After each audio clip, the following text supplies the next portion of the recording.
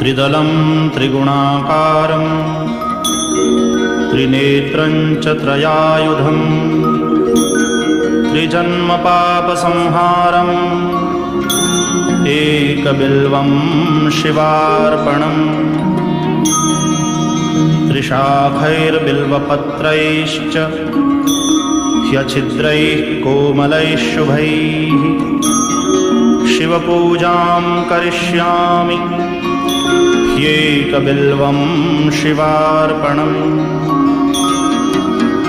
अखण्डबिल्वपत्रेण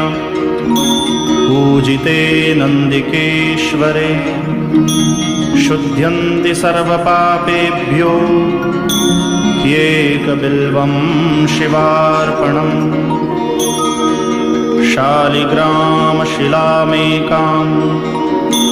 विप्राणां जातु